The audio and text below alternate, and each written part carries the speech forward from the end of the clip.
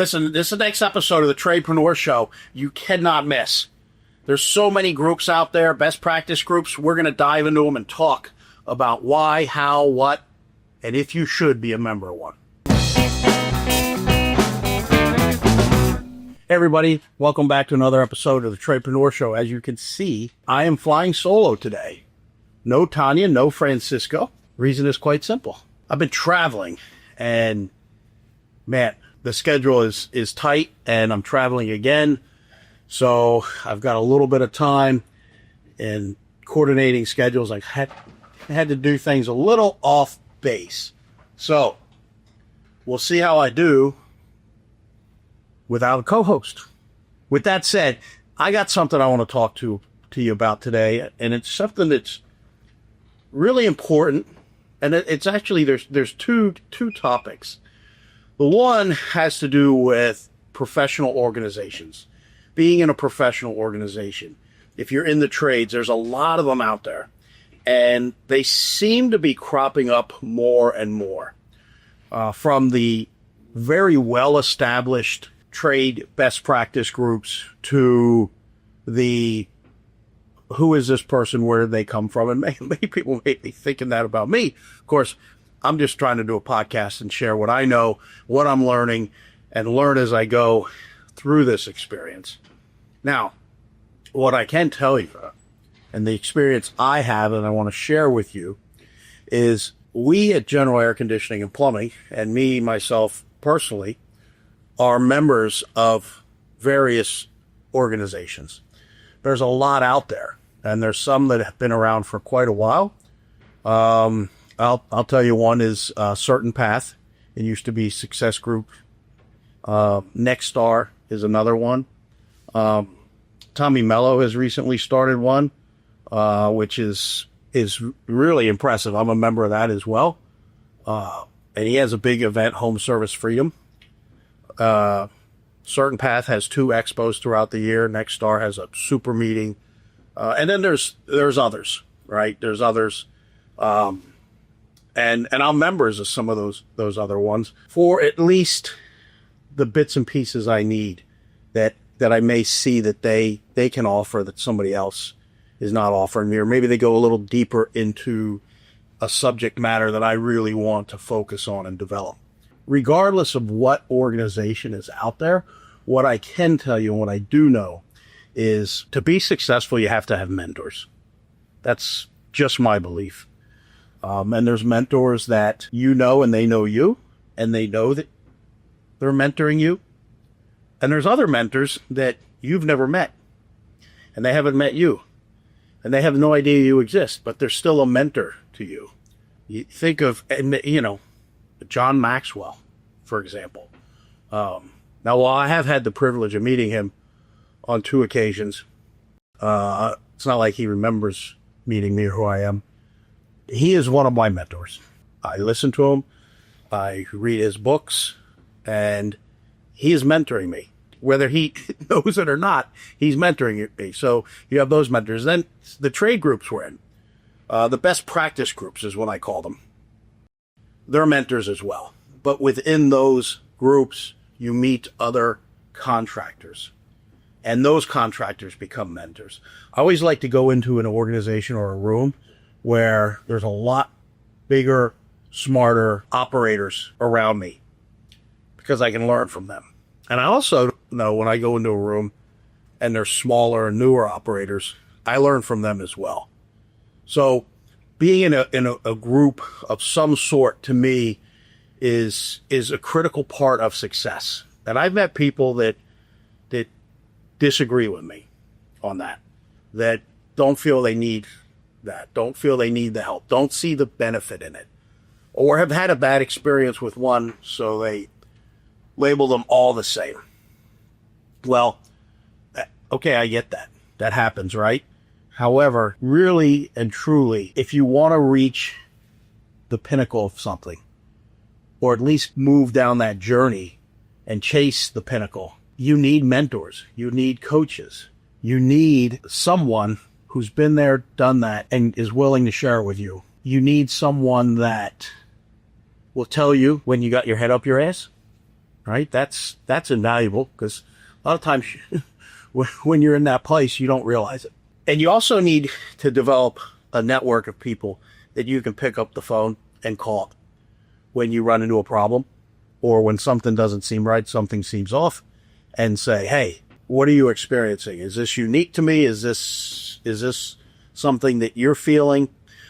And they're across the country. And what I find is when I have this network of people and I pick the phone up and I ask those questions, I find that it's not just me going through whatever I may be going through. Contractors across the country, in another part of the country, are feeling the same thing, which then tells me it's more of a climate, more of a business cycle for whatever reason is going on in the economy or politics or whatever. But I only have those networks because I belong to these organizations and I participate in them. Now, one challenge, and why I said, hey, this is what I got into a podcast on, is one of the challenges this time of year. The organizations tend to have their events 2 times a year. They're major events. One is September, October, like pushing it in between the end of the cooling season before the heating season for the HVAC world. And then again, March, April, right? And that's even when some of our manufacturers and whatnot have events. So it can become overwhelming. I could literally spend the month of September and October traveling to all these different events. So when you're a member of different events or organizations, you have to pick and choose. You have to decide which event are you going to go to. So 2 weeks ago, I was at Pantheon. I don't go to Pantheon every year. We use Service Titan. This year, I had specific things that I needed to get accomplished. Specific questions, specific resources I was looking for. Plus, I run into people that I haven't seen in a while. And the networking, to me, is invaluable. So I went there. And, the great thing is, like, on day one, I accomplished 80% of what I needed to accomplish. And then early in the second day, everything else was done. And then I could just enjoy and take in the networking and talking to other contractors and things like that. So that was a very important event for me to go to. Then 2 other organizations I belong to have events almost on top of each other. Not quite, but close enough that I can't be gone for 3 weeks. So just last week, I got back from Nexstar. I went to their super meeting. It was amazing. It was fantastic. Learned so much networking. Really, really beneficial. While I was there was a breakout, and I want to come back to that. I want to talk about that. That's the kind of part 2 of this that I want to discuss, because it was really an amazing thing. However, for now, I want to stay on the track of these organizations. And so my question is, and I'd love for you to shoot me an email. You can email me at patrick@thetradepreneurshow.com or info@thetradepreneurshow.com, or leave a message or comment in where this podcast is or on YouTube. I want to know if you're in an organization, and if so, what organization, and why you're in that specific organization. If you share that with me, that'd be fantastic. I'm just curious about it. And I could go into deep reasons why I'm in this one and why I'm in this one and that one and not in this one or that one. My message to you, if you're listening to this, if you're a technician and you're working for a company and they're not a member of these organizations, do your research and find out how it could benefit you and the company if you were a member of some of these organizations and you took advantage of the training they had. Also, if you are in a truck running a business, one of the best ways to help you get out of that truck so you can grow your business is these organizations. Trust me when I tell you, a lot of the things the owner-operator struggles with and is stuck in the truck because you don't know how to get out of the truck. And that's not a bad thing, right? We don't know what we don't know. And so you see so many owner-operators that just get stuck and they plateau because there is a big transition from working for somebody to now owning your own business and going from, hey, I'm in the truck, I'm part of there, I need to be out in the field, generating revenue, doing this, doing that, to now I'm growing and to effectively manage the team. I need to be out of a truck and overseeing more. There's a reason officers in battle are in the church towers, right? They need a higher elevation. They can't be on the battlefield in the battle if they're going to effectively direct the campaign. I'm not saying that officers aren't on battlefields. Obviously they are. But I'm talking about the commanders, the high-ups. Now, they may be in the fight and they're very close to it, but they're in an elevated position so they can see the entire battlefield. They can see things that are happening that somebody in the trenches is not going to be able to see. Now, obviously, technology today, we see things from a different way. We have satellites, we have everything like that. But you get the picture, I hope, anyways, you get the point that if you want to grow your business, you need to get out of the truck. And one of the tools to help you do that is these organizations that already have the programs, the models, the systems, the training to help you do that. Now, don't get me wrong. You could be somebody that wants to stay in a truck and you're happy where you're at and you're in your sweet spot and you're happy. Then that's fantastic, right? One of the things I see happening in our industry is there's this pressure to scale and grow your business, right? All these people around us, and it's so funny. I was just talking to somebody at the event last week. You know, when there's a housing boom, all of a sudden everybody becomes a real estate tycoon. They start talking the language. They start buying other properties. They start, you know, and they have success. So they think that they got it figured out until the market kicks their ass, right? The housing market changes, shifts, whatever. And they realize that, man, they were only riding the good wave. Well, I'm seeing that in this industry. There are some amazing exits that have happened and are happening and will continue to happen. But it also creates this pressure. I'm going to miss the boat. I got to do this. I got to grow my business. I can't be a 3-person, 3 techs, and I'm one of them. I've got to scale my business and get out. Please resist that pressure. You should have your own visions, values, and mission and where you want to be in 3, 5, 10 years. And with that said, what has to happen is you have to not succumb to the pressures of those around you and the industry. You have to do what you want to do. So again, I'm stressing, if you want to stay in the truck and that's how you're happiest, they say you can't buy happiness. Don't give up happiness to chase somebody else's pressure, right? Don't give up happiness to chase somebody else's pressure, outside force that's being put onto you. Now, if you do want to get out of the truck, or you want to stay in the truck, but you want to figure out how I can be better at what I'm doing, or you have somebody on your team that you want to take a bigger role and help you so you can do better in the field. They can do better in the office stuff, whatever it is. These organizations are great for that too, because they will help develop your team. They'll develop you and they'll develop your team. So just some things I want to share on these organizations. Do your research, look into them, find out what you're looking for, and choose one based on where you're at and where you want to go, where your gaps are, and who best fills those gaps. Also, in the greater context of who fills those gaps and where you want to go, the training. Who are the trainers? Who's doing the training? Who's writing the programs, right? Those are really important things to know. And then the other thing, one of the greatest things about some of these groups is if they have a buying group and you get purchasing power and you get rebates, you can pay for these groups just through those rebate programs. So check it out. If you got any questions on any of this, shoot me an email. I'd be more than happy to discuss this with you. But at the end of the day, you got to do what's best for you. You know where you want to go. And if you're not in a group, you know what? Check them out. Figure out what works for you.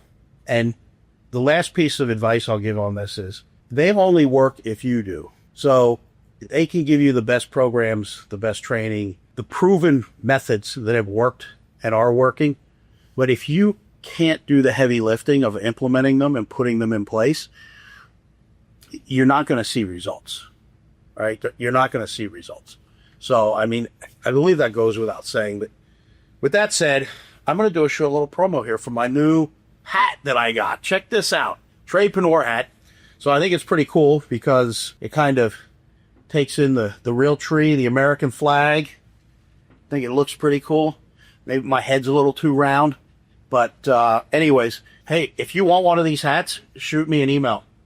Go on the website, thetradepreneurshow.com. Fill in the form. Or just shoot me an email with your information. I'll send you one of these. Be more than happy to. Now, the second part I want to talk about. At the event, at the super meeting for Nexstar, is that last week, they have an organization. It's a separate organization, but it's Explore the Trades. It's a nonprofit, and their whole mission and purpose is to drive interest in the trades, let people know the opportunity in the trades, specifically kids in school. They do great work. I'm a huge supporter of them. I love their mission. And at the event, the last day, they brought in some people. And if you know me, you know I'm from Philadelphia. Born and raised. Met my wife. Suburbs of Philly. Met my wife. My wife's from Pottstown, Pennsylvania. And so on stage was Explore the Trades, but also was Mr. Jarrett, Evan Jarrett, the instructor of a program at Mayfair School. It's a only program like it in the Philadelphia area. And then one of his students, I believe her name was Jemiah. If I hope I got that correct. If I didn't, I apologize. They are teaching construction to, I believe it's 4th to 8th grade. This school is kindergarten to 8th grade. And these kids are doing hands-on work. And you can check out their YouTube channel. They've got a podcast. It's called The Dope Podcast, I believe. That's one thing I didn't write down. But they've got a podcast. It's on YouTube, right? And then they also have Mr. Jarrett at Dope Teacher on YouTube. Has all these students, clips of them, videos of them in school learning. One kid, I was watching one video, one kid's going up, learning how to clear a clogged sink, how to router a sink. Another young woman was cutting, I believe it was a 2x4, and they were teaching how to properly measure, which sadly, so many people get out of school today and do not know how to read a tape measure. So the work they're doing is absolutely amazing. I would encourage you to check them out. Go to YouTube at Dope Teacher on the YouTube, on Mr. Jarrett on Instagram. A little bit that I've found on him. Jarrett is a former contractor turned teacher. He teaches a skilled trades, building trades, construction class for 4th through 8th grades at Mayfair. His class covers a mix of trades: plumbing, electrical, carpentry, masonry, etc. He emphasizes hands-on project-based learning. Kids actually use tools, build small projects. Safety is a big deal in his class. He starts classes with safety meetings and obviously requires safety classes and safety gear. He also ties in academic subjects like math, geometry with the trade work. So think about that. Measuring, angles, all of that. Kids are able to take something. It's sitting in a classroom learning something like geometry, and it makes no sense to them. But when you can get them to apply geometry where they're hands-on, all of a sudden, these what are otherwise complex theories and processes become real, live, tangible, that makes sense stuff. And as soon as our educators understand that, we change the world. But, I think we got too many people in education that think inside the box and are just, don't get me started. His class is a part of a CT exploratory building trades program in middle schools. It's one of the only ones of its kind in Philadelphia district at the middle school level. Check this out. Students in his class can earn certifications normally available to high school CTE students. And the 4th to 8th graders are getting hands-on. He extends his program beyond the classroom. Check this right here. He built a mobile shop inside an RV to deliver shop classes in summer community settings. One sample project, students built a bunny mansion, a small animal structure at Fox Chase Farm in a summer extension of his class. Like, we need more Mr. Jarrett's. His program is unique in Philadelphia. It's reportedly the only middle school level building trades program in the district. Because many middle schools don't offer trade explorations, this gives kids exposure earlier than usual. He aims to break stereotypes, teaching that trades are for everyone, boys, girls, all students, and raising their legitimacy. All right? And look, he also faces resource constraints, which, if you're out trying to do this work, I mean, think about it. If any of you have kids, you send them to public school or you send them to private school, you also get this list of, we need a check for this much for school supplies, and we need all these school supplies. And especially at public schools, I'm thinking, well, what am I paying taxes for? Like, why am I paying my taxes, and why am I now having to bring in 50 boxes of crayons to help the teachers?